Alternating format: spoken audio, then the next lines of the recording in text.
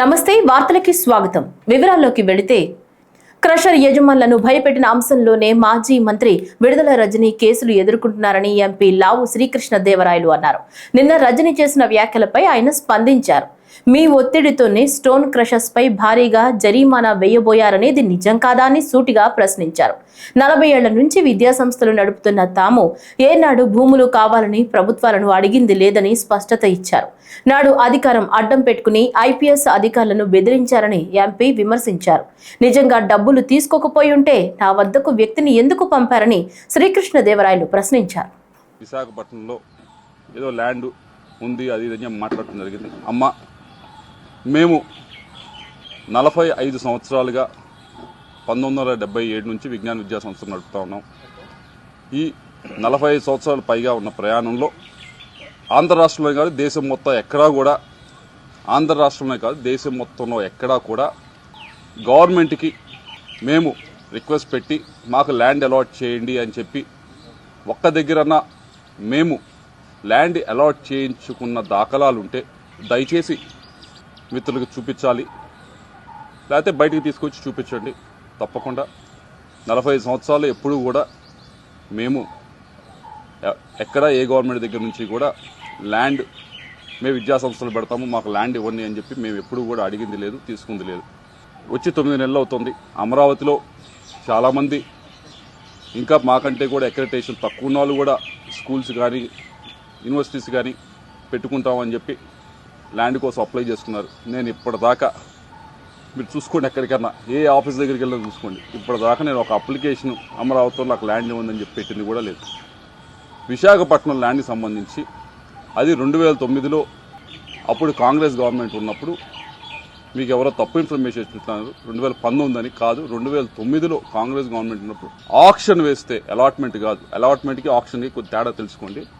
Auction వేస్తే fair ఆక్షన్లో మిగతా వాళ్ళతో పాటు మేము ఆక్షన్లో పాల్గొని హయ్యెస్ట్ రేట్ అప్పటికి ఇప్పటికీ ఎడ్యుకేషన్ ఇన్స్టిట్యూషన్ హయ్యెస్ట్ రేట్ పెట్టి తీసుకున్నది మేము. కాబట్టి ఒకసారి మీకు ఎవరో మీకు బ్రీఫ్ చేస్తూ ఉన్నారు, వారిని డేటానా సరిగ్గా ఇవ్వమని చెప్పి కోరుతా ఉన్నాం. ఎందుకు మాట్లాడారో ఎవరు మాట్లాడిచ్చారో నాకు తెలుసు.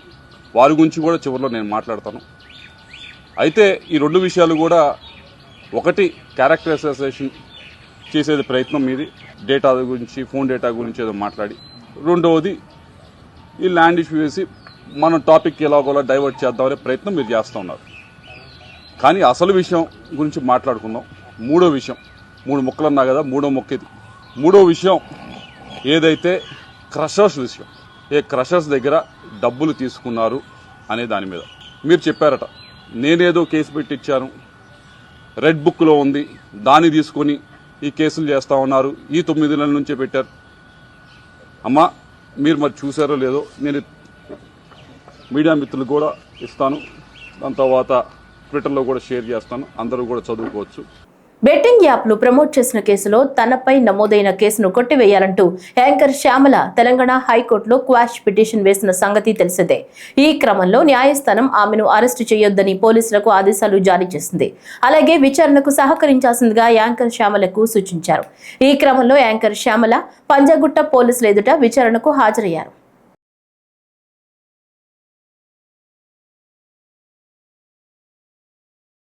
రాష్ట్రంలోని పేద ప్రజల ఆరోగ్యానికి కూటమి ప్రభుత్వం పెద్దపీట వేస్తుందని కేంద్ర కమ్యూనికేషన్ శాఖ సహాయ మంత్రి పెమ్మసాని చంద్రశేఖరరావు అన్నారు. గుంటూరు జిల్లా పొన్నూరు పురపాలక సంఘ కార్యాలయంలో జరిగిన ముఖ్యమంత్రి సహాయ నిధి చెక్కులను పొన్నూరు మండల పరిధిలోని లబ్ధిదారులకు పొన్నూరు ఎమ్మెల్యే దుళ్లిపాళ్ల నరేంద్ర కుమార్ తో కలిసి అందజేశారు. ఈ సందర్భంగా మాట్లాడుతూ పొన్నూరు, చేబ్రోలు, పెదకాకాని మండలాల పరిధిలో ఎమ్మెల్యే ఆధ్వర్యంలో పలు అభివృద్ధి కార్యక్రమాలు నిర్వహిస్తున్నట్లు కేంద్ర మంత్రి పెమ్మసాని తెలిపారు. ముఖ్యమంత్రి చంద్రబాబు నాయుడుతో సంప్రదించి పొన్నూరు నియోజకవర్గ అభివృద్ధికి తన వంతు సహాయ సహకారాలు అందిస్తారని తెలిపారు.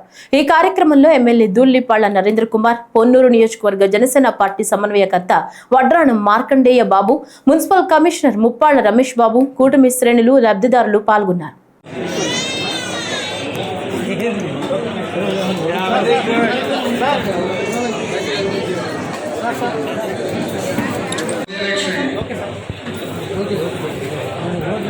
కట్టెంపూడి వేముల శెట్టి భవ్య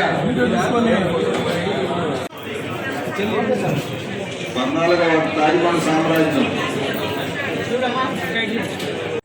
మీకు ఒక మంచి బలమైన నాయకులు ఉన్నారు ఎమ్మెల్యేగా నరేంద్ర గారు. వారు నిరంతరం మీ పట్టణ పొన్నూరు చుట్టుపక్కల సమస్యలన్నీ కూడా ఎప్పుడు మాకు చెప్తా ఉంటారు.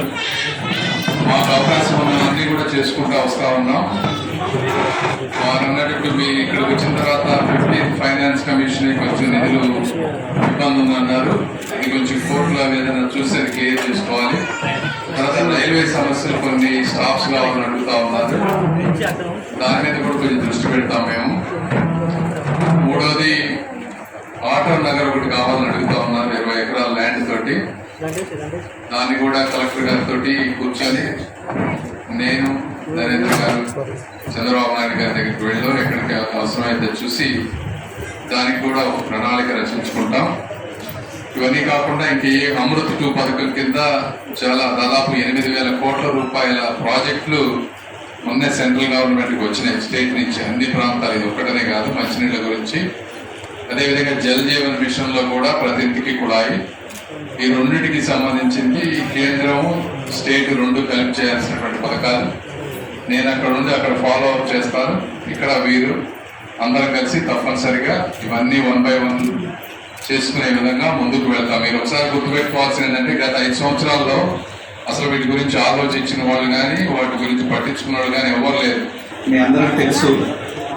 ఎందుకంటే కూటమి ప్రభుత్వం వచ్చిన తర్వాత పట్టణ పరిధిలో ప్రధానంగా పట్టణ అభివృద్ధి కానీ సంక్షేమం మీద దృష్టి పెట్టడం జరిగింది. గత 5 సంవత్సరాల్లో అభివృద్ధి అనేది లేదు. అభివృద్ధి అంటే దోపిడీ అనే దానికి ఒక పర్యాయ పదంగా మారిన పరిస్థితి. అలాగే పట్టణంలో శానిటేషన్ కూడా చాలా నిర్లక్ష్యం చేయడం జరిగింది. మరి ఆ విధంగా మనం ఈ కొద్ది రోజుల్లో మీరు చూస్తే మున్సిపాలిటీలో శానిటేషన్ కానీ డ్రింకింగ్ వాటర్ కానీ చాలా మెరుగుపరిచాం. ఇంకా చేయాల్సింది ఉంది, అయిపోయిందని మేము చెప్పట్లా. కేంద్ర మంత్రి గారి యొక్క సహకారంతో పట్టణంలో కూడా వివిధ రకాలైన అభివృద్ధి కార్యక్రమాలు చేసే విధంగా మేము ముందుకెళ్తా ఉన్నాం. ఇప్పటికే దాదాపు 4.5 కోట్ల రూపాయల నిధులకు సంబంధించి టెండర్లు పిలవడం, త్వరలో వాటిని మొదలుపెట్టడం జరుగుతుంది. అదేవిధంగా మిగతా పనులు కూడా త్వరలోనే టెండర్లు పిలుస్తాం. అలాగే అమృత్ కింద ఏదైతే నిధులు ఉన్నాయో మరి కేంద్రంలో మంత్రి గారు ఉన్నారు కాబట్టి వారి సహకారంతో అమృత్ కింద పెండింగ్ ఉన్న పనులన్నింటినీ కూడా మొన్నే ప్రతి ఇంటికి అమృత్ పథకం కింద ప్రధానమైన ఉద్దేశం ఏంటంటే ప్రతి ఇంటికి ట్యాప్ ఇవ్వాలి, సురక్షితమైన నీరు ఇవ్వాలనేది లక్ష్యం. దాన్ని గత 5 సంవత్సరాల్లో అటకెక్కించారు. మళ్ళీ ఇప్పుడు దాన్ని తీసి మేము ప్రతి ఇంటికి మంచినీరు ఇవ్వటం, అలాగే ఎక్కడైతే నిడుబ్రోలు లాంటి ప్రాంతాలు ఏవైతే ఉన్నాయో చెరువు ఉన్నా కూడా కొన్ని ప్రాంతాల్లో నీరు రాని పరిస్థితుంది. కాబట్టి అక్కడ ఒక ఓహెచ్ఆర్ ఎక్కడైతే అవసరమో ఆ విధంగా మన మున్సిపాలిటీలో నిడుబ్రోలతో సహా ఒక 3 ఓహెచ్ఆర్ల నిర్మాణం కోసం ఈ ప్రాజెక్టులో ప్రాతిపదికగా పెట్టాం. కూటమి ప్రభుత్వంలో తనపై పెట్టుడు కేసులు నమోదవుతున్నాయని, రెడ్ బుక్ పాలనకు పరాకాష్టే తాజాగా నమోదైన ఏసీబీ కేసు అని మాజీ మంత్రి విడుదల రజనీ ఆరోపించారు. పల్నాడు జిల్లా చిలుకలూరిపేటలో సమావేశంలో మాట్లాడారు. ఏసీబీ కేసుకు తేదేపాకు చెందిన వ్యక్తి అని వారిని తానెప్పుడూ కలవలేదన్నారు. ఈ వ్యవహారం మొత్తానికి నరసరావుపేట ఎంపీ శ్రీకృష్ణ దేవరాయలు దర్శకత్వం వహిస్తున్నారని చెప్పారు. 2020లో గురజాల డీఎస్పీ సీఐలకు లంచం ఇచ్చి నాతో పాటు మా కుటుంబ సభ్యుల కాల్ డేటాను తీయించారని, ఈ విషయంపై అప్పట్లోనే నాటి సీఎం జగన్ ఎంపీ శ్రీకృష్ణ దేవరాయలను ప్రశ్నించారన్నారు. అప్పటి నుంచి ఆయన నాపై కక్ష పెంచుకున్నారని వివరించారు. వైకాపా ప్రభుత్వంలో ఎంపీ విశాఖపట్నంలో భూములను కారు చౌకగా కొట్టేశారని ఆరోపించారు. చిలకలూరిపేట ఎమ్మెల్యే ప్రత్తిపాటి పుల్లారావు నాపై జర్మనీలో ఉన్న నా మరిదిపై అక్రమ కేసులు పెట్టించారు. మా మావయ్య కారుపై దాడి చేయించారు. ఇప్పటికైనా పద్ధతిగా ఉంటే బాగుంటుందని రజనీ హెచ్చరించారు. కాల్ డేటా తీస్తారండి. కాల్ డేటా అనేది ఒక వ్యక్తి ప్రైవసీకి సంబంధించినటువంటి విషయం. నా ప్రైవసీ అంటే నా జీవితం, నా వ్యక్తిగత జీవితంలోకి రావాలనేటువంటి ఎందుకంత నీచపు ఆలోచన వారికి వచ్చిందో నాకు తెలీదు. ఈ రాష్ట్రంలో ఇంతమంది అన్నల్ని తమ్ముళ్ళు ఉన్నారు. వాళ్ళని నేను అడుగుతా ఉన్నా, ఒక్కసారి ఆలోచన చేయండి. మీ ఇంట్లో ఒక ఆడపిల్ల ఉంటే మీ భార్య అయినా, మీ చెల్లి అయినా, మీ అక్క అయినా, మీ ఇంట్లో ఉండే ఆడవాళ్ళ కాల్ డేటా ఎవరన్నా తీస్తే ఏంటండి మీకెంత బాధ అనిపిస్తుందండి? మీకెంత కడుపు కాలుద్దండి? అలాగే మీరు కాల్ డేటా తీసినప్పుడు నా కుటుంబ సభ్యులు కూడా అలాగే ఫీల్ అయ్యారు. ఇంత నీచుడా కృష్ణదేవరాయలు అని చెప్పి అందరూ ఫీల్ అయ్యారు. మా అధిష్టానానికి తెలుసు, మా పార్టీలో ఉన్నటువంటి పెద్దలకు తెలుసు, అప్పట్లో ఉన్నటువంటి మా పోలీస్ అధికారులకు కూడా తెలుసు. కానీ ఎప్పుడు బహిరంగంగా ఈ విషయాన్ని నేను బయటికి చెప్పే ప్రయత్నం చేయలేదు. ఇది జరిగినప్పుడు మా నాయకుడు జగన్మోహన్ రెడ్డి గారికి ఇంత మీన్ మెంటాలిటీ ఉన్నటువంటి ఈ వ్యక్తి ఈ విధంగా నన్ను ఇబ్బంది పెట్టి ఈ విధంగా చేశాడు అని చెప్పి కాల్ డేటాలు తీస్తాడా అని చెప్పి నేను మా ముఖ్యమంత్రి గారికి షేర్ చేసుకున్నప్పుడు 4 గోడల మధ్య జరిగినటువంటి విషయం. మా ముఖ్యమంత్రి గారు మహిళా పక్షపాతి, మహిళలంటే ఎంతో గౌరవం, 2 ఆడపిల్లల తండ్రి. ఆ ఇంట్లో ఆ 2 ఆడపిల్లలకు ఎవరికైనా ఒక మహిళకు జరిగితే వాళ్ళ ఇంట్లో మనుషులకు ఎలా జరిగితే ఎలా మనం బాధపడతాం, మన విషయంలో మనం ఎలా బాధపడతామో నా విషయంలో కూడా మా నాయకుడు జగన్మోహన్ రెడ్డి గారు ఆ రోజు అంతే బాధపడి ఇమీడియట్ గా అక్కడ ఉన్నటువంటి ప్రభుత్వ అధికారులకు, పోలీస్ అధికారులకు ఇన్స్ట్రక్షన్ ఇచ్చి ఇమీడియట్ గా నెసరీ యాక్షన్ తీసుకోమన్నారు. ఇమీడియట్ గా నిమిషాల్లో ఆ రోజు ఇక్కడ పనిచేసినటువంటి డిఎస్పీని, ఇక్కడ ఉన్నటువంటి సిఐని పిలిచి పోలీస్ అధికారులు మాట్లాడితే ఆ పోలీసులు ఏం స్టేట్మెంట్ ఇచ్చారండి? Upon the pressure of honourable MP Narasaraopet Lavu Krishnadevarayalu, upon his instructions మేము ఇది తీయాల్సి వచ్చింది అని చెప్పారు. నిమిషాల్లో సస్పెండ్ అయ్యారు ఆ పోలీసులు. ఇది చాలా మందికి తెలుసు. ఇదేదో వీళ్ళేదో కట్టుకదల్లి నా మీద ఏమాత్రం కూడా పస లేకుండా, సబ్స్టెన్స్ లేకుండా నా మీద ఏదో కేసు పెడితే నేను మాట్లాడట్లేదండి. ఆ ఎఫ్ఐఆర్ కాపీ కూడా ఉంది. మా నంబర్ల మీద తీసినటువంటి ఎఫ్ఐఆర్ కాపీ ఇది కూడా ఉంది, ఎవిడెన్స్. అక్కడున్నటువంటి డిఎస్పీ, అక్కడున్నటువంటి సిఐ సస్పెండ్ అయ్యారు. తన తల తీసేసినట్టు అయింది ఆ రోజున. మా నాయకుడు జగన్మోహన్ రెడ్డి గారి దృష్టిలో ఇతను చేసినటువంటి ఈ తప్పుడు పనికి, ఒక మహిళా ఎమ్మెల్యే కాల్ డేటా తీసినటువంటి తప్పుడు పనికి అతను ఆ రోజున మా నాయకుడిలో కృష్ణదేవరాయలు అనే వ్యక్తి మీద నమ్మకం కోల్పోయాడు. అతను చేసిన తప్పు వల్లే. అది మనసులో పెట్టుకొని, అదే కోపం మనసులో పెట్టుకొని ఈ రోజున రివెంజ్, అధికారం ఉంది కాబట్టి ఈ రోజున రివెంజ్ తీసుకునేటువంటి భాగంగా, ఈ రివెంజ్ లో భాగంగా ఈ కట్టుకథలల్లి ఈ రోజు నన్ను డిఫేమ్ చేస్తూ నా మీద ఒక నింద, నా మీద ఒక ముద్ర వేసేటువంటి ప్రయత్నం లావు కృష్ణదేవరాయలు గారు చేస్తా ఉన్నారు. ప్రజలే నా బలం, కార్యకర్త అధినేత అంటూ క్యాప్షన్తో 2X వేదికగా రాష్ట్ర అధికార ప్రతినిధి SVSN వర్మ పోస్టులు పెట్టారు. తన ఎక్స్ ఖాతాలో చేసిన పోస్ట్ ఆసక్తికరంగా మారింది. ముఖ్యమంత్రి చంద్రబాబు నాయుడు, డిప్యూటీ సీఎం పవన్ కళ్యాణ్, మంత్రి నారా లోకేష్ తో పాటు ప్రధానమంత్రి మోడీ ఫోటోలతో వర్మ పోస్టు చేశారు. ఇటీవల పిఠాపురంలో నిర్వహించిన ఆవిర్భావ సభలో నాగబాబు వర్మను టార్గెట్ చేసిన వ్యాఖ్యలు వివాదాస్పదంగా అయ్యాయి. పిఠాపురం నుంచి పవన్ కళ్యాణ్ ఎమ్మెల్యేగా గెలిపించింది పవన్ ఇమేజ్, అభిమానులు, ప్రజలు మాత్రమేనని నాగబాబు వ్యాఖ్యానించారు. సభ జరిగిన మరుసటి రోజు నుంచి ఎక్కువగా వర్మ ప్రజలతో గడుపుతున్నారు. గతంలో కన్నా ఇప్పుడు వర్మకు సింపతి పెరిగిందని విశ్లేషకులు అంటున్నారు.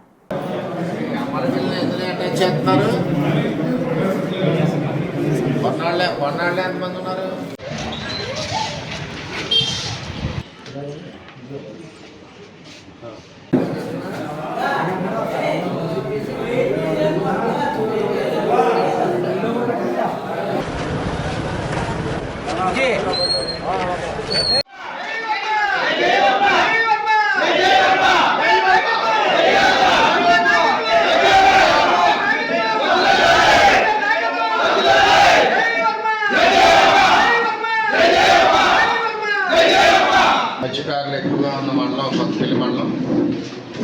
మరి మత్స్యకారులందరూ కూడా ఏదైతే బ్యాన్ పీరియడ్ 20,000 రూపాయలు మరి వేరే ఇస్తామని కూటమి ప్రభుత్వం నుంచి చంద్రబాబు నాయుడు గారు ప్రకటన చేశారు. ఆయనకి ధన్యవాదాలు తెలియజేస్తున్నాం. కూటమి ప్రభుత్వం నుంచి చంద్రబాబు నాయుడు గారు, తెలుగుదేశం పార్టీ నుంచి చంద్రబాబు నాయుడు గారికి, లోకేష్ గారికి, జనసేన పార్టీ నుంచి కళ్యాణ్ గారికి, బీజేపీ పార్టీ నుంచి పురంధేశ్వర్ గారికి, కూటమి నాయకత్వం అందరికీ కూడా మత్స్యకారుల తరఫున మరి ఏదైతే 20,000 ఇస్తామో దానికి ధన్యవాదాలు తెలియజేస్తాను.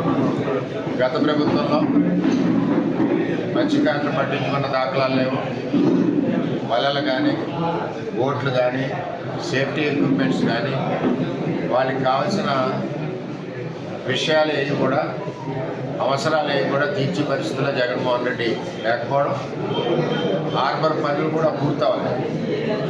ఈరోజు హార్బర్ పనులు కూడా కూటమి ప్రభుత్వం వచ్చాక ముందుకు పరిగెడుతూ ఉన్నాయి. గుంటూరు జిల్లా తెనాలి నియోజకవర్గం కొల్లిపర మండలం పాలకేంద్రం వద్ద ఫినిక్స్ ఫౌండేషన్ మరియు శంకర కంటి ఆసుపత్రి వారి సౌజన్యంతో ఏర్పాటు చేసిన ఉచిత కంటి వైద్య శిబిరాన్ని మంత్రి నాదెండ్ల మనోహర్ ప్రారంభించారు. ఈ సందర్భంగా మంత్రి నాదెండ్ల మాట్లాడుతూ ప్రజల ఆరోగ్యాన్ని దృష్టిలో పెట్టుకుని స్వచ్ఛంద సంస్థలు ఉచిత వైద్య సేవలు అందించేందుకు ముందుకు రావడం అభినందనీయమన్నారు. రాజకీయాలకు తావు లేకుండా అందరం కలిసికట్టుగా అభివృద్ధి లక్ష్యంగా ముందుకు సాగుదామని నాదెండ్ల మనోహర్ పిలుపునిచ్చారు. తెనాలిలో ప్రజలకు అత్యాధునిక వైద్య సేవలు అందించేందుకు 30 కోట్ల వ్యయంతో క్రిటికల్ కేర్ ఆసుపత్రి నిర్మాణాన్ని త్వరలో ప్రారంభించనున్నట్లు ప్రకటించారు. దాంతో పాటు యాక్సిడెంట్లు అయినప్పుడు ఎవరికైనా ఇబ్బంది అయితే తెనాల్లో మన క్రిటికల్ కేర్ హాస్పిటల్ ఉంది, వంద పడకల హాస్పిటల్ దాదాపు 30 కోట్ల రూపాయలతో మంజూరు చేయించి అది కూడా మనం ప్రారంభించాం, కట్టడం మొదలుపెట్టాం. ఈ సంవత్సరం కన్నా అది పూర్తవుతుంది. తప్పకుండా మనకి వైద్య సేవల కోసం దూర ప్రాంతాలకు వెళ్లకుండా, నేను మొట్టమొదటిసారి కొలిపల్లో నేను శాసనసభ్యుడికి ఎన్నికైనా కూడా నేను గమనించింది ఏంటంటే, లంక గ్రామాల్లో నివసిస్తున్న వాళ్ళు, అదేవిధంగా కొలిపర్ నుంచి మీరు తెనాలంటే కనీసం మీకు గంటన్నర సమయం పట్టేది ఆ రోజులు. అప్పుడు రోడ్లు కూడా లేవు, మీకు గుర్తుంది కదా. తెనాలకు వెళ్ళాలంటేనే మీకు ఆ రోడ్డు పైన గంటన్నర పట్టేది. సో చక్కటి రోడ్డు మనం నిర్మాణం చేసుకుని తెనాలకి మీరు అవసరం అయితేనే వైద్య సేవలు అక్కడ వెళ్ళాలి, లేకపోతే ఇక్కడే మనం చక్కగా వైద్య సేవలు ఏర్పాటు చేద్దామనే ఆలోచనతోటి మనం ఈ కార్యక్రమం చేసాం. రాష్ట్రంలో జరుగుతున్న అనేక కార్యక్రమాలు ఇప్పుడు నేను 5 కోట్ల రూపాయలతోటి మన కేంద్ర మంత్రి చంద్రశేఖర్ గారితో ఇప్పుడే మేము శంకుస్థాపన చేసాం. కొలిపర, అంతోట, చివలూరు, అదేవిధంగా తూములూరు అక్కడ ఉన్న రైతాంగానికి మీ అందరికీ కూడా మీరు డైరెక్ట్గా కరకట్ట మీద పెరగడానికి ఒక పెద్ద వంతెన 5 కోట్ల రూపాయలతోటి మంజూరు చేపించి ఈరోజు పనులు ప్రారంభించాం. అది మే ఆఖరి కల్లా ఆ 5 కోట్ల రూపాయలతో ఆ వంతెన కూడా పూర్తవుతుంది. సివిలూరులో ఇదివరకు మీరు చూశారు, మీరు అభివృద్ధి అంటే ఏ విధంగా మనం కొలిపర మండలంలో చేసి చూపించాము. రోడ్ల విషయంలో కూడా ఎక్కడ కూడా తగ్గకుండా నేను ఈసారి రైతు సోదరులందరూ కూడా మాటిస్తున్నాను. వీలైతే ఈ వేసవి కాలం కల్లా కొలిపర మండలంలో మీరు కోరుకునే విధంగా డొంక రోడ్లు అన్ని కూడా నిర్మాణం చేసేటట్టు తప్పకుండా చర్యలు తీసుకుంటాం. దానికి పవన్ కళ్యాణ్ గారు సహకరించారు. ఆయన ఈరోజు రాష్ట్రానికి ఉప ముఖ్యమంత్రిగా ఉన్నారు కాబట్టి 10 కోట్ల రూపాయలు మనం మంజూరు చేశారు. ఏపీలో రైతులపై కూటమి ప్రభుత్వం కపట ప్రేమ చూపుతోందని వైఎస్ఆర్సీపీ అధినేత మాజీ ముఖ్యమంత్రి వైఎస్ జగన్మోహన్ రెడ్డి అన్నారు. రాష్ట్రంలో అకాల వర్షాల కారణంగా రైతులు ఇబ్బందులు ఎదుర్కొంటున్నారని, ఇలాంటి సమయంలో ప్రభుత్వం రైతులను ఆదుకోవాలని డిమాండ్ చేశారు. రైతులకు ఇన్సూరెన్స్, ఇన్పుట్ సబ్సిడీ ఇవ్వాలన్నారు. తాతిరెడ్డిపల్లిలో అకాల వర్షం కారణంగా పడిపోయిన అరటి పంటలను పరిశీలించారు. ఈ సందర్భంగా పంట నష్టపోయిన రైతులతో ఆయన మాట్లాడారు. పంట నష్టం కారణంగా వారి ఆవేదనను అర్థం చేసుకున్నారు. రైతులను ఆదుకుంటామని హామీ ఇచ్చారు. ప్రభుత్వం ఆదుకోకపోతే రైతుల కోసం పోరాటం చేస్తామన్నారు.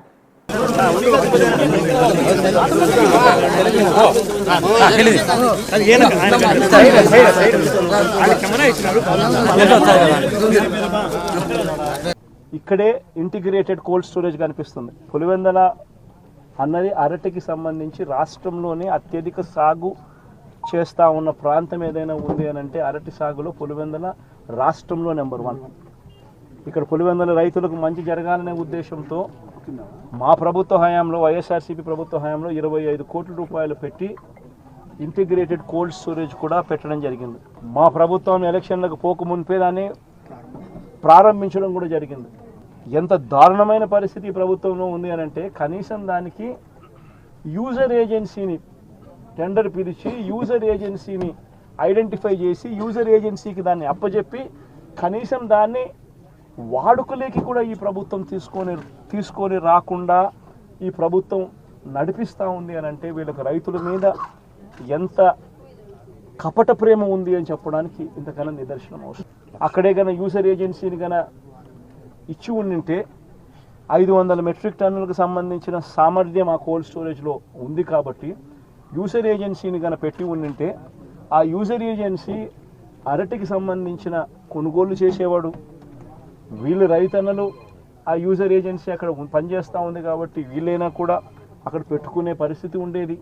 మా ప్రభుత్వ హయాంలో ఏ రకంగా ఎక్స్పోర్ట్ చేసినామో 2 కంటైనర్లను పెట్టి అరటికి సంబంధించి అవి ఇంకా ప్రోత్సహించబడేటివి. ఈరోజు చూస్తే ఎంత దారుణమైన పరిస్థితి అని అంటే, ఒకవైపున రైతుల పరిస్థితి ఈ వర్షాల వల్ల, ఈ గాలుల వల్ల ఇటువంటి దారుణమైన పరిస్థితి ఒకవైపున ఉంటే మరోవైపున రేటు చూస్తామా అంటే నెల కిందట 26,000 పలికిన రేటు ఈరోజు 9,000 రూపాయలకు పడిపోయిన పరిస్థితులు. వేసవి కాలం మొదలు కాలేదు, అన్నదాతలకు ఆపదలు మొదలయ్యాయి. వ్యవసాయానికి అవసరమయ్యే సాగునీటికి ఇప్పటి నుంచే ఇబ్బందులకు గురవుతున్నారు.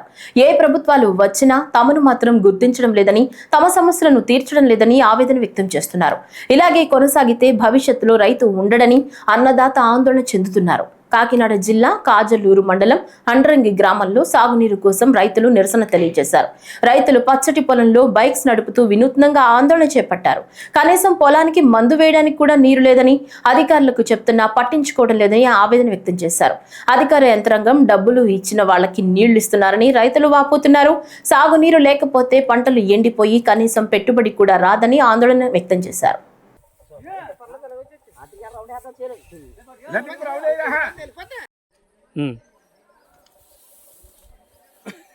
నీరు రావట్లేదు. ఎక్కడ డబ్బు ఇస్తే అక్కడ గంట కాలేసి గుమ్మత్త ఏకమయ్యి అడ్లే వేస్తున్నారు.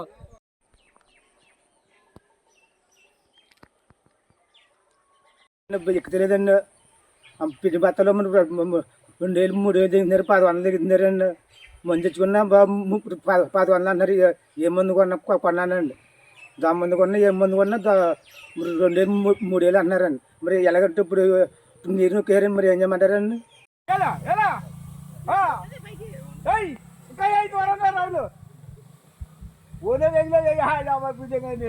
మాట్లాడు. తెలంగాణ మాజీ ముఖ్యమంత్రి కేసీఆర్ ఒక పెద్ద గుంటనక్క అని AP BJP MLC Somu Veerraju వ్యాఖ్యానించారు. బీజేపీ నేతలపై కేసీఆర్ చేసిన వ్యాఖ్యలకు ఆయన స్ట్రాంగ్ కౌంటర్ ఇచ్చారు. రాత్రిపూట నిద్రపోని ఊగిపోయే గుంటనక్క కేసీఆర్ అంటూ ఘాటు వ్యాఖ్యలు చేశారు. కొడుకు, కూతురు, మేనల్లుడి అభివృద్ధినే కేసీఆర్ కోరుకుంటారని ఆయన వ్యాఖ్యానించారు. బీజేపీ నేతలు గుంటనక్కలు కాదని, రాష్ట్రాలను అభివృద్ధి చేసేందుకు కళ్లల్లో ఒత్తులేసుకుని ఎదురు చూస్తుంటారని చెప్పారు. రాష్ట్రాలను అభివృద్ధి చేసి అధికారం సాధించాలనేదే బీజేపీ లక్ష్యమన్నారు. కళ్ళబుల్లి కబుర్లు చెప్పి తెలంగాణను కేసీఆర్ 10 ఏళ్లు చూపించారన్నారు. కేసీఆరే పెద్ద గుంటనక్క, రాత్రులు నిద్రపోనటువంటి నక్క, ఊగిపోతున్నటువంటి నక్క, గుంటనక్కే పెద్ద కేసీఆర్. అధికారం అంటే అభివృద్ధి కోసం ఇప్పుడు మీకు వివరించాను. అధికారం అంటే అభివృద్ధి అనేది ఏ విధంగా జరుగుతుందనేది. అలాంటి అభివృద్ధి కాకుండా వాళ్ళ అమ్మాయి అభివృద్ధి చెందాలి, వాళ్ళ మేనల్లుడు అభివృద్ధి చెందాలి, వాళ్ళ అబ్బాయి అభివృద్ధి చెందాలి. అది గుంటనక్క. మేము కళ్ళల్లో ఒత్తులు పెట్టుకుని కాసు కూర్చుంటాం అభివృద్ధి చేయడం కోసం. ఆ రాష్ట్రంలో అభివృద్ధి చేస్తూ అధికారాన్ని సంపాదించాలనేటువంటిది భారతీయ జనతా పార్టీ యొక్క లక్ష్యం. దానికోసం ముందుకు వెళ్తాం. ఇందులో డోకా లేదు. నీలాంటి కళ్ళబొల్లి కబుర్లు చెప్పి ప్రజల్ని అట్రాక్ట్ చేస్తామని 10 సంవత్సరాలు నమ్మించావు. ఇంకా అలాంటి అవకాశం లేదు. ఇలాంటి మాటలను వెంటనే నిలుపుదల చేయాలని నేను డిమాండ్ చేస్తున్నా. ఆంధ్రప్రదేశ్లోని తూర్పుగోదావరి జిల్లా బెక్కవోలు మండలం బలభద్రపురం గ్రామాన్ని క్యాన్సర్ మహమ్మారి చుట్టుముట్టిన నేపథ్యంలో వైద్య బృందాలు రంగంలోకి దిగాయి. గ్రామాన్ని మొత్తం జల్లెడ పట్టాయి. బలభద్రపురాన్ని వణికిస్తున్న క్యాన్సర్ అంటూ వచ్చిన వార్తా కథనాలపై యంత్రాంగం వెంటనే స్పందించింది. 2 క్యాన్సర్ నిపుణులు, 9 మంది వైద్యులు సహా మొత్తం 93 మంది సిబ్బంది గ్రామాన్ని సందర్శించారు. 31 బృందాలుగా ఏర్పడి గ్రామంలోని ప్రతి ఇంటికి వెళ్లి సమాచారం సేకరించారు. ఇప్పటికే కూడా కొనసాగిస్తున్నారు. క్యాన్సర్ అనుమానితులుగా తేలిన వారికి నేడు స్క్రీనింగ్ పరీక్షలు చేయనున్నారు. బాధితుల జాబితాలో 80 మంది బలభద్రపురం గ్రామంలో క్యాన్సర్ బాధితుల జాబితాను స్థానిక నేతలు అధికారులకు అందించారు. ఇందులో 80 మంది ఉన్నారు. వీరిలో ఇప్పటికే 30 మంది మరణించారు. ఈ నేపథ్యంలో అసలు సమస్యకు కారణాలేంటో తెలుసుకునేందుకు అధికారులు పూర్తి స్థాయిలో వివరాలు సేకరిస్తున్నారు.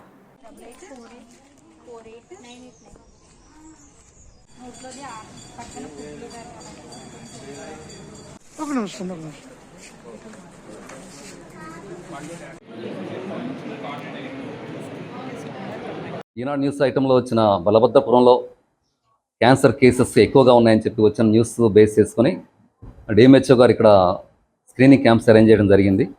ఈ 1, 2, 3 సచివాలయాల్లో 31 టీమ్స్ హెల్త్ టీమ్స్ సర్వే చేస్తున్నాయండి. మార్నింగ్ నుంచి ఈరోజు సర్వే చేస్తూ ఉన్నారు. ఇప్పటివరకు ఒక 6 కేసెస్ సస్పెక్ట్ కేసెస్ వచ్చినాయి. మనకు స్పెషలిస్ట్ డాక్టర్స్ జిఎస్ఎల్ నుంచి, నెక్స్ట్ సిహెచ్సి కొవ్వూరు నుంచి, సర్జికల్ ఆంకాలజిస్టులు 2, గైనకాలజిస్టులు 3, డెంటిస్ట్ 1 స్క్రీనింగ్ చేయడానికి వచ్చారండి. ఈ స్క్రీనింగ్ ఈరోజు రేపు కంప్లీట్గా విలేజ్ మొత్తం స్క్రీనింగ్ చేసి తర్వాత ఈ కేసెస్ని, సస్పెక్ట్ కేసెస్ని హైయర్ సెంటర్స్ పంపి కన్ఫర్మ్ చేయడం జరుగుతుందండి. మా గ్రామంలో గత 2 సంవత్సరాల నుంచి చాలామంది క్యాన్సర్ వ్యాధి బాధిన పడి మరణించడం జరుగుతుందండి. దీని మీద గత 10 రోజులుగా స్థానిక శాసనసభ్యులు రామకృష్ణారెడ్డి గారి దృష్టికి తేవడం జరిగిందండి. ఆయన గత మొన్న జరిగిన అసెంబ్లీలో బలభద్రపురం గ్రామంలో ఉన్నటువంటి పరిస్థితులు ప్రభుత్వం వారి దృష్టికి తీసుకెళ్లడం జరిగింది. ఆయన చేసిన సూచనల ప్రకారంగా ఈరోజు బలభద్రపురం గ్రామంలో వైద్య శాఖ అధికారులు అందరూ కూడా ఇక్కడ వైద్య శిబిరం ఏర్పాటు చేయడం జరిగింది. అయితే ఏంటంటే ఇది నైటు 9:30కి వైద్య శిబిరం ఉన్నట్టుగా వచ్చింది. మరి ప్రజలకే ఈ విషయం చేరవేయాలంటే ఉదయం 8 గంటలకే మేము ప్రసార వాహనాలు పురమాయించుకుని ఏర్పాటు చేయడం జరిగింది. కానీ ఇక్కడ ఇంకా లోతైనటువంటి పరీక్షలు జరపవలసినటువంటి అవసరం ఎంతైనా ఉందండి. ఎంచేదంటే ఇవాళ గ్రామంలో సుమారు 200 నుంచి 300 మంది రోగులు ఉన్నారు. నిన్న ఇంటింటికి వెళ్ళాం. ఈరోజు కూడా ఇంటింటికి వెళ్ళి వాళ్ళ బాధితులు ఎవరైతే ఉన్నారో వాళ్ళందరినీ కూడా కలుసుకోవడం జరుగుతుంది. వారికి పూర్తి టెస్టులు గ్రామంలో ప్రతి ఇంటికి కూడా పూర్తి టెస్టులు చేసే సౌకర్యం కల్పించడంతో పాటు గ్రామంలో ఉన్నటువంటి గ్రౌండ్ వాటర్ మొత్తం కూడా పాడైపోయిందని చెప్పి ప్రజల్లో చాలా అపోహలు ఉన్నాయండి. ఎంచేదంటే పక్కనే ఉన్నటువంటి గ్రాసిమ్ ఇండస్ట్రీ కానీ ఇంకా బలభద్రపురం గ్రామంలో అనేక రకాలైనటువంటి ఇండస్ట్రీలు ఉన్నాయండి. వీటి వల్ల భూగర్భ జలాలు వాతావరణం మొత్తం కలుషితం అయిపోయి ప్రజల జీవితాలతో చెలగాటమాడుతున్నాయి. కాబట్టి ఎప్పటికైనా ప్రభుత్వ అధికారులు మీడియా ముఖంగా మా యొక్క గ్రామాన్ని రక్షిస్తారని చెప్పి కోరుకుంటున్నానండి. గుంటూరు జిల్లా తెనాలి నియోజకవర్గంలోని కొల్లిపరలో కృష్ణా కరకట్ట మీదుగా కృష్ణా వెస్ట్ కాలువపై 4.19 కోట్ల అంచనా వ్యయంతో నిర్మించనున్న హై లెవెల్ వంతెన పనులకు పౌర సరఫరాల శాఖ మంత్రి నాదెండ్ల మనోహర్ శంకుస్థాపన చేశారు. ఈ కార్యక్రమంలో ఎమ్మెల్సీ ఆలపాటి రాజేంద్ర ప్రసాద్, కేంద్ర సహాయ మంత్రి డాక్టర్ పెమ్మసాని చంద్రశేఖర్ పాల్గొన్నారు. ఈ సందర్భంగా మంత్రి నాదెండ్ల మనోహర్ మాట్లాడుతూ ఈ వంతెన నిర్మాణం వల్ల సుమారు 20,000 మంది ప్రజలకు ప్రయోజనం కలుగుతుందని, అందరూ సురక్షితంగా సౌకర్యవంతంగా ప్రయాణించగలుగుతారని తెలిపారు. మన బడి పిల్లలకు ఉపయోగపడే విధంగా సన్నబియ్యం మధ్యాహ్న భోజన పథకం ద్వారా మేము అందించే సరుకు కానివ్వండి, వీటన్నిటిలో కూడా మన ప్రాంతం అంటే ఆంధ్రప్రదేశ్ భారతదేశంలో నంబర్ 1 స్థానానికి వెళ్లే విధంగా అందరం కలిసికట్టుగా పనిచేసుకుందాం. కూటమి యొక్క బలం ఇదే. కేంద్రంలో చంద్రశేఖర్ గారు ఉన్నారు, రాష్ట్రంలో మేము అందరం ఉన్నాం.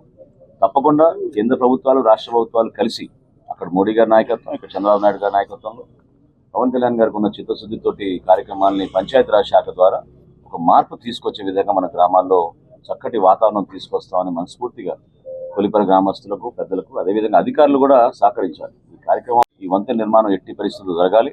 గతంలో మీ అందరికీ గుర్తు చేస్తున్నాను, శివలూరు వంతెన కూలిపోయినప్పుడు 42 రోజుల్లో R&B రోడ్డు పైన మనం వంతెన పూర్తి చేసుకున్నాం. అదేవిధంగా యుద్ధ ప్రాతిపదికన ఎట్టి పరిస్థితుల్లో కూడా ఈ వంతెన పూర్తి అవ్వాలని ఇప్పుడే నేను అధికార యంత్రాంగానికి చెప్పాను. ఖచ్చితంగా మే చివరికల్లా ఈ వంతెన పూర్తి అయ్యేటట్టు మేమందరం కూడా కృషి చేస్తాం. ఆంధ్రప్రదేశ్ రాష్ట్రం అనకాపల్లిలో ఈ నెల 19న ట్రాన్స్జెండర్ దీపును ప్రేమ పేరుతో వంచించి అత్యంత దారుణంగా నరికి చంపిన బన్నీని వెంటనే ఉరితీయాలని ట్రాన్స్జెండర్ కమిటీ ప్రతినిధి గోదావరి ఖనికి చెందిన లాస్య డిమాండ్ చేశారు. గోదావరి ఖని ప్రధాన చౌరస్తాలో ట్రాన్స్జెండర్ కమిటీ ఆధ్వర్యంలో పెద్ద ఎత్తున క్యాండిల్స్ తో నిరసన ర్యాలీ నిర్వహించి నినాదాలు చేశారు. ముఖ్యమంత్రి చంద్రబాబు నాయుడు వెంటనే తగిన చర్యలు తీసుకోవాలని లాస్య డిమాండ్ చేశారు.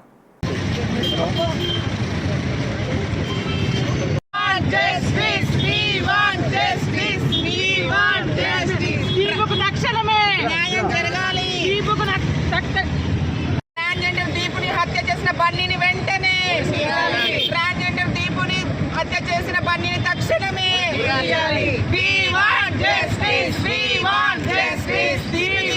న్యాయం జరగాలి, జరగాలి, జరగాలి, దీపుకు న్యాయం జరగాలి.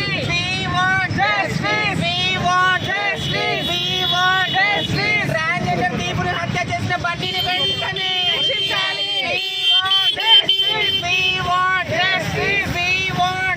ట్రాన్స్జెండర్ దీపుని హత్య చేసిన బన్నీని వెంటనే శిక్షించాలి. హీనమైన స్థితికి మమ్మల్ని దిగజార్చి, మమ్మల్ని ప్రేమించి, వంచి, మోసం చేసి మా దగ్గర ఏవైతే ఉన్నాయో లావాదేవీలన్నీ తీసుకుని శారీరకంగా మమ్మల్ని హింసించి కూడా ఇంత ఇబ్బంది పెట్టి ఈ రకంగా మనిషిని కోసి చంపడం అనేది అమానుషము. మీడియా మిత్రులందరికీ చెప్తున్నాం, అయ్యా మా తరఫున మీరందరూ కూడా పోరాడండి, మా కోసం మేము చెప్తుంది ఏదైతే ఉందో మాకు తెలిసిందో కొన్ని మాట్లాడుతున్న తప్పులుంటే మమ్మల్ని మన్నించి ఇది ఏదైతే ఉందో నేషనల్ లెవెల్లో కూడా ఆ నరేంద్ర మోడీ గారికి కూడా అర్థమయ్యే విధంగా మీరు ఏదైతే ఉందో ఈ సమావేశాన్ని అప్పచెప్పాలని కోరుకుంటున్నాం. విజయవాడ కొత్త గవర్నమెంట్ హాస్పిటల్ నందు లయన్స్ క్లబ్ ఆఫ్ విజయవాడ ద్వారా 17 స్ట్రక్చర్స్ మరియు వీల్ చైర్స్ బహుకరించడం జరిగింది. ఈ కార్యక్రమానికి ముఖ్య అతిథిగా విచ్చేసిన డిస్ట్రిక్ట్ గవర్నర్ లయన్ గద్దె శేషగిరి మాట్లాడుతూ ప్రభుత్వాసుపత్రికి అనేక మంది పేదలు వస్తారని అక్కడ మన సహాయం అందించడానికి వారికి ఎంతో మేలు చేసినట్లు అవుతుందని అన్నారు. లయన్స్ క్లబ్ ఆఫ్ ఇంటర్నేషనల్ 210 దేశంలో ఇలాంటి గొప్ప సర్వీసులు అందిస్తుందన్నారు. ఈ కార్యక్రమంలో district administrator and deputy collector Satyanarayana, past district governor PDG forum chairperson lion T Durgamalleswararao, ఆసుపత్రి సూపరింటెండెంట్ ఏ వెంకటేశ్వరరావు, జిల్లా కేబినెట్ నుంచి Chakradhar Srinivas Reddy, Kolli Ramakrishna Prasad, zone chairperson lion Srinivasulu Reddy, president Ramakrishna, secretary Ravindra, treasurer NVL Gupta తదితరులు పాల్గొన్నారు.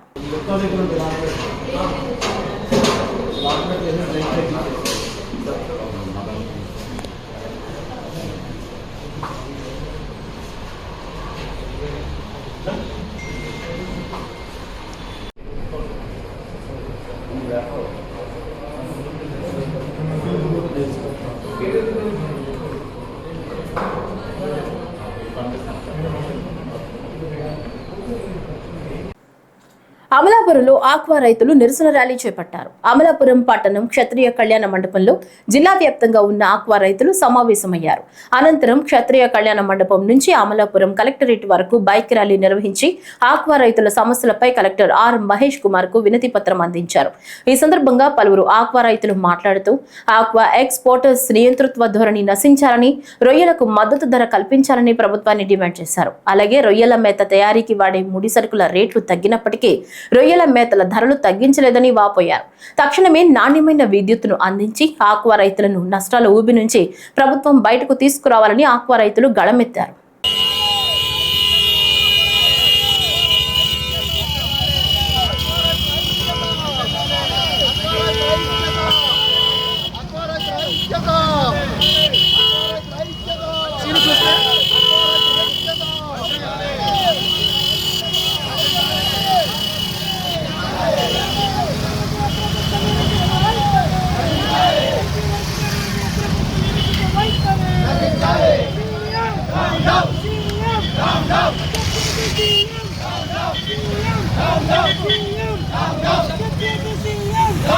కాకినాడ జిల్లా పెద్దాపురంలో దారుణం జరిగింది. 2-7వ తరగతి చదువుతున్న ఇద్దరు బాలికలపై బంగారు ఆభరణాలు తయారీ షాపు నిర్వహిస్తున్న యజమాని కామేశ్వరరావు లైంగిక దాడికి పాల్పడ్డాడు. చిన్నారులకు చాక్లెట్లు, డబ్బుల ఆశ చూపి అత్యాచారం చేసినట్లు తెలుస్తోంది. దీంతో విషయం తెలుసుకున్న బాలికల కుటుంబ సభ్యులు, స్థానికులు సదరు వ్యక్తిని చితకబాది పోలీసులకు అప్పగించారు. పోలీసులు కేసు నమోదు చేసి దర్యాప్తు చేస్తున్నారు.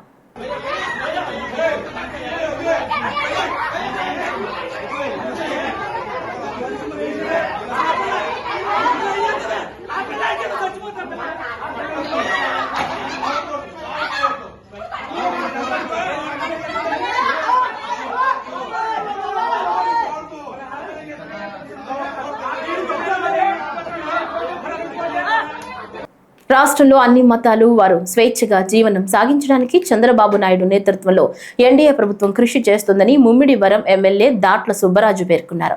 మసీదుల నిర్మాణానికి, ముస్లింలు ఆర్థిక బలోపేతానికి పర్వదినాల్లో తోఫా వంటి కార్యక్రమాలు నిర్వహించడం గతంలో టీడీపీ ప్రభుత్వ హయాంలో జరిగిందని గుర్తు చేశారు. ఈ కార్యక్రమంలో పాల్గొన్న ఆంధ్రప్రదేశ్ రాష్ట్ర ప్రముఖ ధార్మిక వక్త జనాబ్ షేక్ షరీఫ్ హఫీజాహుల్లాస్ ఖురాన్ ప్రపంచానికి చాటి చెప్పిన పవిత్ర సూక్తులను వివరించారు. ఈరోజు మనకు తెలియదు, ముహమ్మద్ ప్రవక్త గురించి రకరకాల మాటలు మాట్లాడేవారు మన దేశంలో కూడా ఉన్నారు. లేదు ప్రియులారా, ముహమ్మద్ ప్రవక్త ఎంత గొప్పవారంటే నేటి 21వ శతాబ్దంలో అమెరికాకు చెందిన శాస్త్రవేత్త మైకేల్ హెచ్ హార్ట్, ఆయన పేరు మైకేల్ హెచ్ హార్ట్, ఒక పుస్తకం రాస్తాడు 21st సెంచరీలో. ఆ పుస్తకం హెడ్డింగ్ ఏంటి? ది 100. దాని caption A ranking of most influential persons in the history. ఒకరోజు ఉపవాసానికి బదులుగా 1.5 కేజీ ఆహారం పెట్టమన్నారు. పండగ వస్తుంది రేపు అనగా ఈ రోజు రాత్రి ఏం చేయమన్నారు? నీ ఇంట్లో ఎంతమంది ఉన్నారో ప్రతి ఒక్కరి పేరు మీద 2600 కేజీలు బియ్యం గాని, బార్లీ గాని, గోధుమలు గాని పేదవారికి ఇవ్వమని చెప్పారు. ఉపవాసం పెట్టకపోయినా పేదవాడికి వాడి మంచి కోసం ఆలోచించమన్నారు. భూమిపై ఉన్న వారిపై మీరు కరుణించండి, ఆకాశాలపై ఉన్నవాడు మీపై కరుణిస్తాడు. మన రంజాన్ తోపా కూడా ఇవ్వటం, అనేక కార్యక్రమాలు ఆ రోజు చంద్రబాబు నాయుడు గారు చేయటం, ఈరోజు కూడా మన ఎన్డీఏ ప్రభుత్వంలో మన ముఖ్యమంత్రి గారు, అదేవిధంగా ఉప ముఖ్యమంత్రి గారు కూడా ఈ రాష్ట్రాల్లో ఉన్న అన్ని రకాల జాతుల్ని కూడా ముందుకు తీసుకెళ్ళడానికి వారికి రావాల్సిన ప్రాధాన్యత ఇచ్చుకుంటూ మన రాష్ట్రం ముందు నడిపిస్తున్నారు. అదేవిధంగా మొన్నే మైనార్టీ మినిస్టర్ గారిని ఫరూక్ గారిని కూడా కలిసి మన నియోజకవర్గంలో సమస్యలన్నీ మన పెద్దలందరూ కూడా ఏదైతే మసీదుల రిపేర్లు కానీ కబడ్డిస్తాన్ రిపేర్లు కానీ అనేక రకాలుగా మనకి ఆగిపోయి ఉన్నాయి అన్నీ కూడా పూర్తి చేయాలని చెప్పి నేను రెండోసారి మన అసెంబ్లీలో కూర్చుని మా నియోజకవర్గంలో ఉన్న ప్రాబ్లమ్స్ అన్నీ కూడా తప్పకుండా సాల్వ్ చేయాలని చెప్పాం. మరి బడ్జెట్లో కూడా అమౌంట్ పెట్టారు. నెక్స్ట్ ఏప్రిల్ నుంచి బడ్జెట్ కూడా రిలీజ్ అవుతుంది కాబట్టి మన నియోజకవర్గంలో ఉన్న మీ సమస్యలన్నీ కూడా పరిష్కారం చేయడానికి అహర్నిశలు కృషి చేస్తామని చెప్పి తెలియజేసుకుంటూ ఈ వార్తలు ఇంతటితో సమాప్తం. నమస్కారం.